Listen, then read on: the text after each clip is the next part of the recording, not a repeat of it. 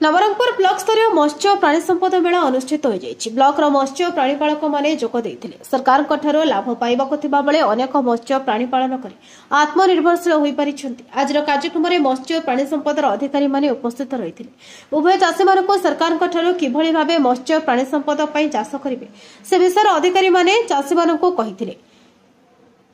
चाष करी लाभवान होइतिबा 4 मत्स्य चाषी और 4 प्राणी संपद चाषी को विभाग पक्षर मान्यपत्र सह पुरस्कृत करा जाइछि। सरकार तरफ 314 ब्लॉक रे कार्यक्रम हेबाकु थिबा बेले नवरंगपुर जिल्ला रे आसंता 14 तारिख पर्यंत हेबो बोली विभाग पक्षर सूचना रहिछि। जो माने चाष करिबाकु इच्छुक समानको सरकार तरफ सब्सिडी दिया जिवो बोली कुहा जाइछि। मो नाम होछि कैलाश चला, मो गांव होछि तारागां। कौन आज जो आपण मेला रे जोग देले कोन चाष करथिले गवर्नमेंट स्कीम कोन मिला कोन आपण पुरस्कार मिलला मागरे मो बाबा मां को तो देथिले गवर्नमेंट आ देथिले देसी मुरा मोइसी देथिले तायरु मु पाकापुकी मोर बयस सेते बेले 17-18 वर्ष हो सेते बेलटू मु क्षीर व्यवसाय करी करी आस मो मोइसी देसी मोइसी आगरु बोले पाकापुकी 30 वर्ष पाकापुकी गेला एबे काम देनी तो मुख्यमंत्री कामधेनु योजना 2टा गाई आनी आदि भल व्यवस्था चलती मोर भल गाई सेवा करुच्ची महिषी सेवा करुच्ची बहुत खुशी मिलूँ बहुत सुख शांति रे हमर परिवार अच्छा पाखापाखि दिन को 35-40 लीटर क्षीर अच्छी मोर पाखापाखि गोटे 6टा महिषी क्षीर आ 2टा गाई रही 40 लीटर पाखापाखि क्षीर अच्छी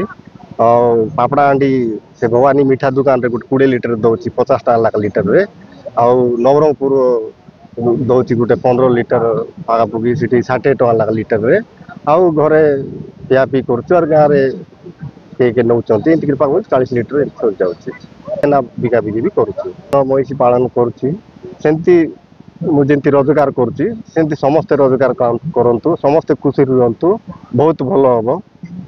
मत जहाँ खुशी मिलूँ बहुत भल लगुच गाई महिषी सेवा करू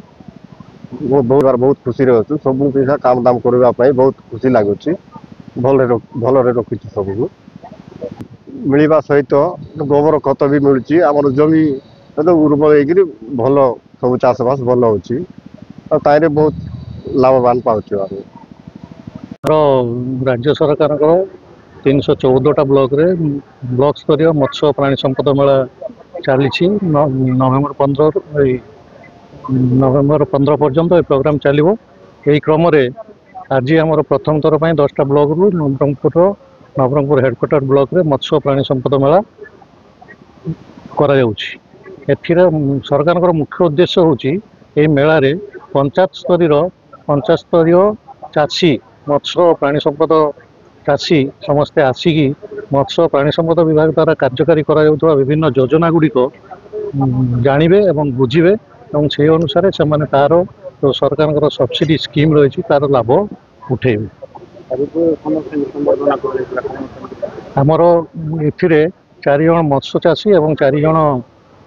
प्राणीपालक चाषी को संबर्धना दि जाता जो माने कि जो सरकार स्टेट गवर्नमेंट स्कीम रे से योजना लाभ पाई से उन्नति कर स्वावलंबी हो पार्टी से 4 जन को फिशरी डिपार्टमेंट और 4 जन को प्राणीपालन डिपार्टमेंट तरफ संबर्धना दि जाता से पंचायत 13टा पंचायत नवरंगपुर जिला नवरंगपुर ब्लॉक 13टा पंचायत चाषी सब आसते। Nabarangpur Devi Prasad Patnaik report नयवती TV.